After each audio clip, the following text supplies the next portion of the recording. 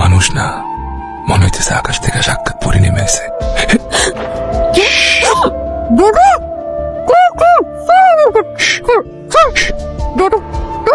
দয়া করে কাউকে কিছু বলবেন না, প্লিজ প্লিজ কাউকে কিছু বলবেন না। এটা কি ছিল? যেই গ্রামের কেউ আমাদের চোখের দিকে তাকায় কথা বলার সাহস পর্যন্ত পায় না, সেখানে এই ছেলে আবার ঘরে এসে আমার পায়ের উপর পড়ায় চলে গেল। ঘুমাও। এত রাইতে কই থেকে আইলি বাপ?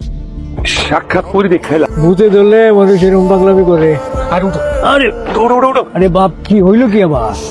আচ্ছা মাঝি, তুমি বাইরে প্রথম কই দেখছিলা? তোমার বাড়িতে কি বসে বসে কি ভাবা হচ্ছে? হ্যাঁ, কিছু তো একটা বটে। আচ্ছা বৌদি, ভালোবাসা মানে কি? ভালোবাসা, তোকে একটা গল্প বলি। এক দেশের একটা পাহাড়ের উপরে একটা রাজপ্রাসাদ ছিল। সোনায় মোড়ানো রাজপ্রাসাদের ভেতরে একটা রাজকন্যা বন্দী ছিল। সেই রাজকন্যার কোনো বাইরে যাওয়ার অধিকার ছিল না, কোনো স্বাধীনতা ছিল না, কাউকে ভালোবাসার অধিকার ছিল।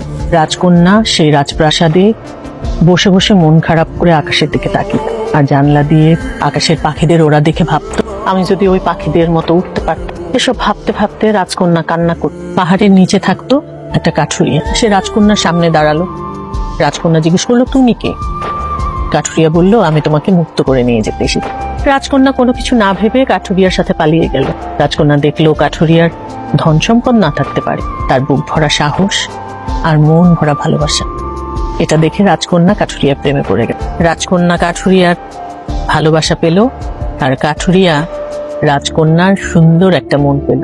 কিন্তু কাজল, হঠাৎ করে তুমি আমাকে এই প্রশ্ন করলা কেন? এমনি এমনি তো তুমি আমাকে এই কথা জিজ্ঞেস করার কথা না। কি হয়েছে সত্যি করে বলো। বাবা, এই ছেলে তো দেখি অনেক সাহসী। আমার তো মনে হয় এরকম একটা সাহসী তোমার জন্য রাজপুত্র হয়ে আসা উচিত। তাই না?